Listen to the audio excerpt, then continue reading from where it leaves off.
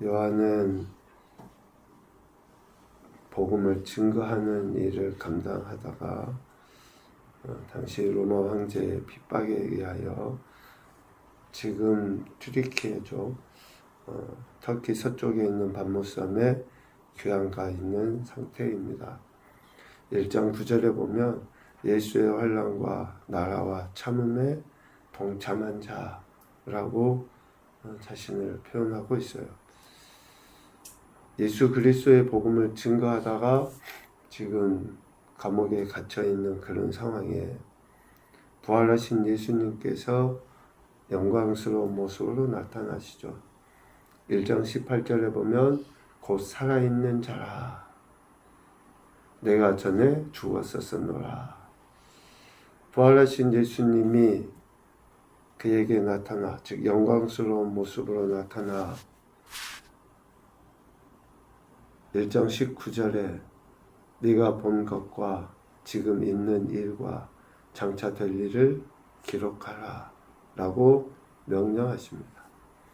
그렇게 기록된 모든 일들을 1장 11절에 나와 있는 것과 같이 7 교회에 보내죠. 그 첫 번째 교회가 에베소 교회입니다. 에베소라는 그 지역의 특징은 상업적으로나 종교적으로나 정치적으로 당시에 매우 중요하고 또 가장 왕성한 또 흥왕한 그러한 지역이라고 할 수 있어요. 상업적으로 보면 이렇게 해상 무역의 중심지였다고 해요. 그래서 많은 돈이 이렇게 왔다 갔다 하는 그러한 지역이다 보니까 부유하고 또 여러 문물이 발달한 그러한 지역이 에베소입니다. 그리고 종교적으로는 아데미 신상, 여신상이 세워진 곳이죠. 그러니까 우상이 극도로 다른 어떤 지역보다도 극도로 우상 섬기는 일이 많은 우상 숭배 지역. 그리고 정치적으로는 로마로부터 자치권을 부여받아서 독자적인 이러한 미니 기관도 만들고 하는 그런 지역이었다 그럽니다. 그러니까 소아시아 지역에서 가장 정치적으로도 또 경제적으로도 또 종교적으로도 그러다 보면 당연히 그런 것이 이제 문화가 되겠죠. 문화적으로도 매우 활발하게 흥황하게 움직였던 지역이 바로 에베소입니다. 이러한 에베소 지역의 복음이 증거된 것은 브리스길라와 아굴라부가 그렇게 복음에 앞장서서 헌신했기 때문에 복음이 전파된 지역이다 라고 사도행전을 통해서 우리가 보죠.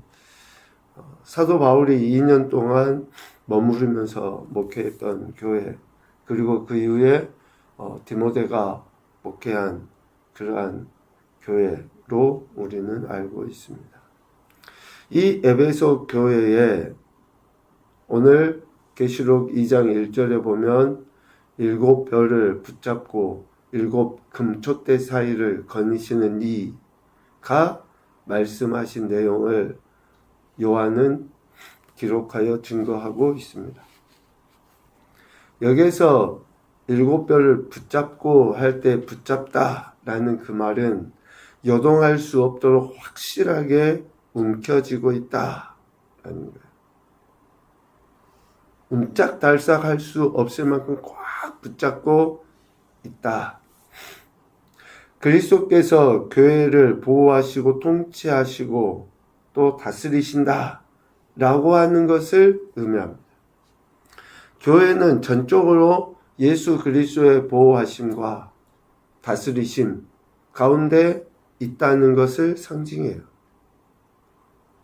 그분의 말씀에 의해 다스림을 받는 공동체가 교회다 라는 것을 의미하죠. 그만큼 그리스도가 사랑하시는 기관이 교회다라는 것을 이야기하고, 교회 내 모든 일들은 그리스도의 사랑과 능력 가운데 이루어진다는 것을 이야기합니다. 교회론에 대해서 우리가 참 많이 생각을 해야 되는데요. 세속적인 그런 가치 판단 기준이 교회에 들어와 있기 때문에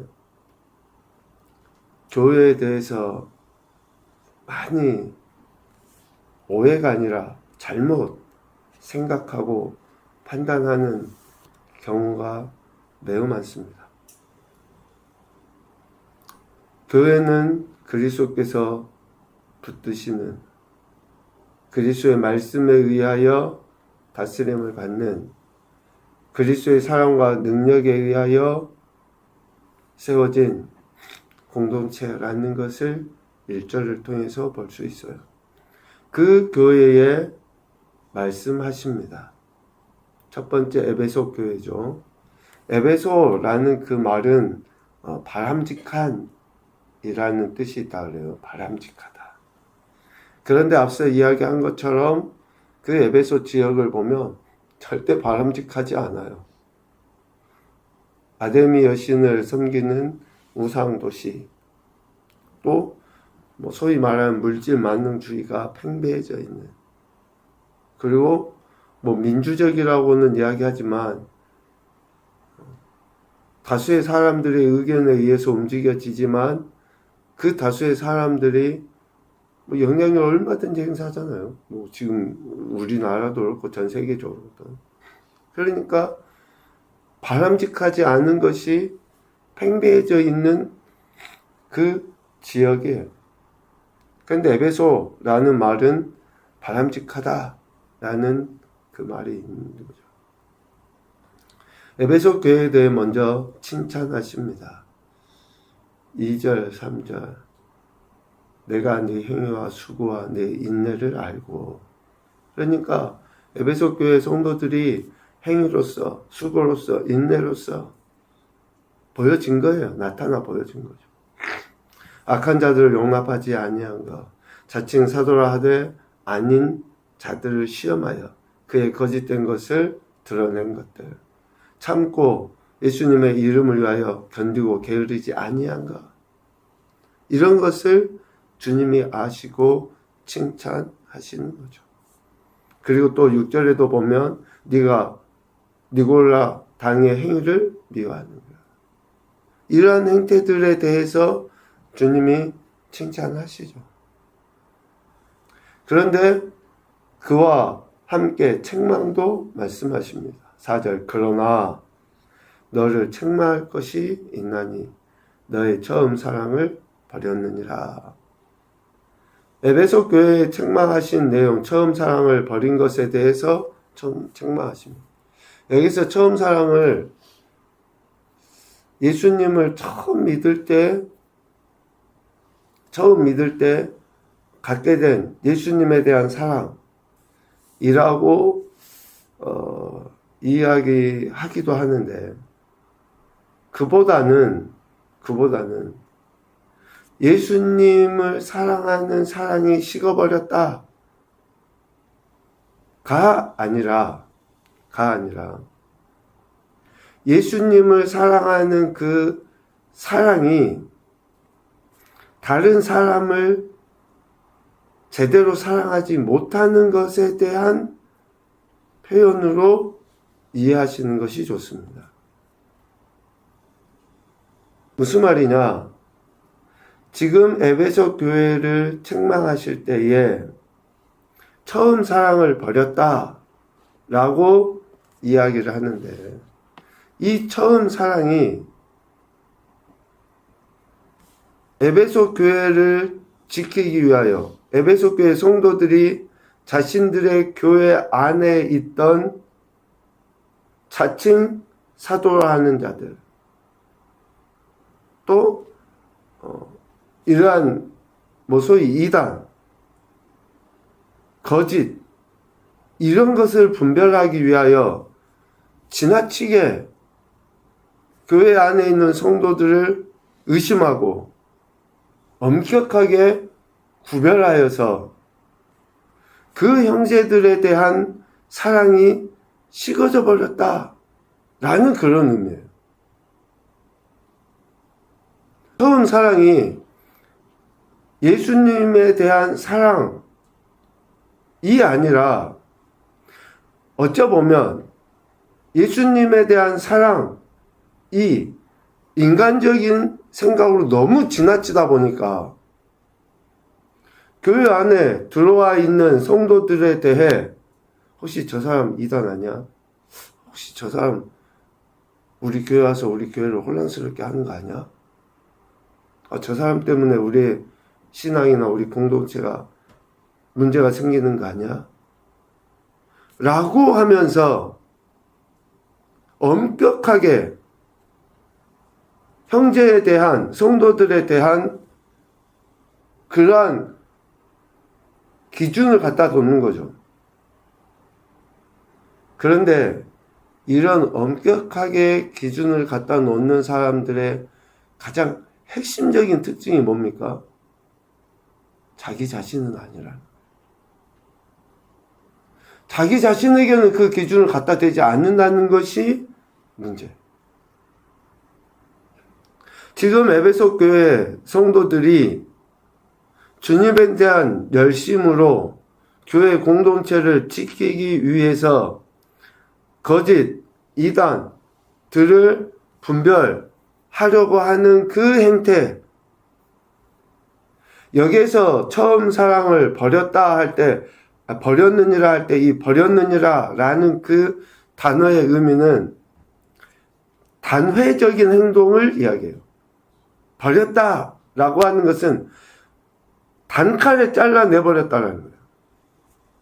그러니까 형제들에 대해서 용납하고 이해해 주려고 하고, 또 그가 혹시 인지 아닌지 차츰차츰 이렇게 교제를 나누면서 분별한 게 아니라 마음 안에 저 사람 잘못된 거야 하면은 과감하게 잘라내버리는 거예요. 그러한 행태를 지금 주님은 책망을 하고 있는 거예요.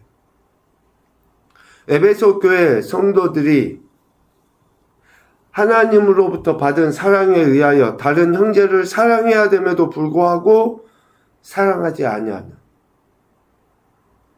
그러한 행태를 주님이 지금 책망하시고 있습니다. 교리를 지키기 위하여 자신들의 교회 공동체 안에 흐르는 전통을 지키기 위하여 이웃 사랑이라고 명하신 주님의 말씀을 어때요? 외면하고 지키지 아니하는 이 이야기를 나누면서 며칠 전에 어떤 자매가 교회에 들어왔어요. 근데 신앙도 없고 처음 교회 몸 쩌삣쩌삣 하면서 왔죠. 진짜 제 마음 안에 그런 마음이 있었어요. 그가 물론 예수님 안 믿고 세상적으로 좋지 않은 것에 이렇게 중독돼 있는 그런 상태지만, 그 자매가 우리 교회를 계속 다닌다고 하면 어떡하지? 그 자매가 계속 우리 교회를 다닌다고 하면 여전히 그런 삶을 살고 있는데, 그런 중독의 상태인데, 우리 애들 여기 골드클래스에도 놀러 가게 하면 안 되겠네?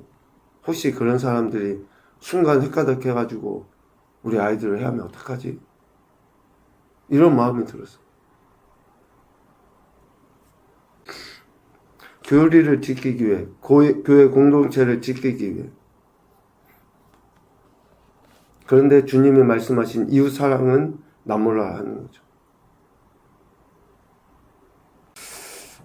참, 누구나 다, 우리가 가정을 봐도 그래요. 진짜 사랑하며 섬겨야 할 그것을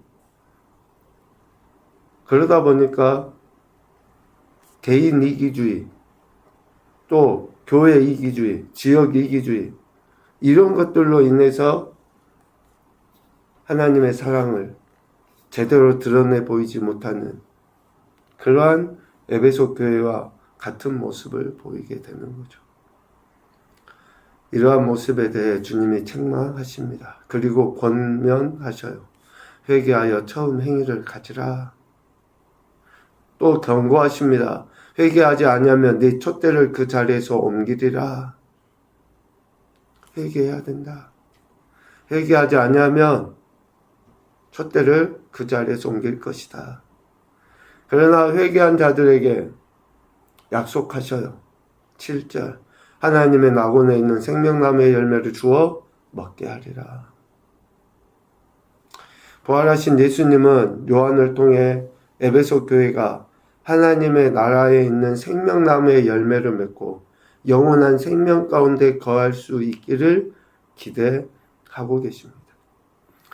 오늘도 주님은 우리에게 이러한 기대를 갖고 이 말씀을 하시는 거예요. 우리 교회 공동체가, 우리 가정이, 우리가 속해 있는 그 어떤 공동체든지 내가 하나님의 사람이라는 것을, 하나님의 사랑을 받은 자라는 것을 드러내 보이시기를 원하시는 거죠. 그래야 하는 자들에게 생명나무의 열매를 먹고 영원한 생명 가운데 있게 하시겠다라고 약속하고 계십니다. 첫 번째 교훈입니다. 택하신 백성과 교회를 굳건하게 붙잡고 계신 주님의 은혜에 감사하며 살아가자. 굳건하게 붙잡고 계십니다. 이것은 우리를 속박하는 것이고 우리를 자유롭지 못하게 하는 것이 아니라 진정 자유와 진정한 평안함을 누리도록 주님이 붙잡고 계시는 거예요. 엄청난 축복입니다. 주님께 매이는 것이.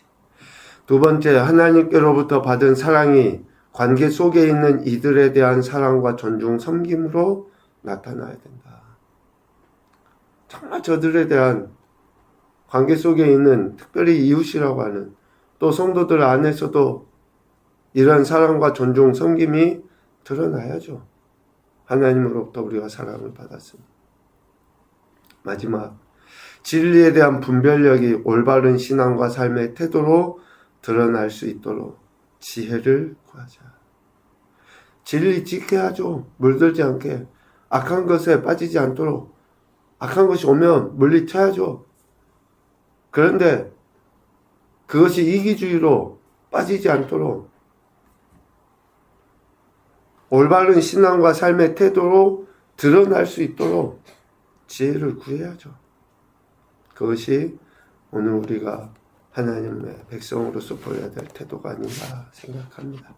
오늘도 저와 여러분에게 구원의 은혜를 베풀어 주시고 하나님 나라 백성 또 교회 공동체 안에 있게 하신 그 하나님의 은혜에 감사하시면서 우리의 삶을 통해 하나님의 영광을 드러내시고 또 특별히 관계 속에 있는 이들에 대한 바른 사랑을 나타냄으로써 하나님의 기뻐하신 뜻을 이루어가는 귀하고 복된 한날이 되시기를 주님의 이름으로 축복합니다.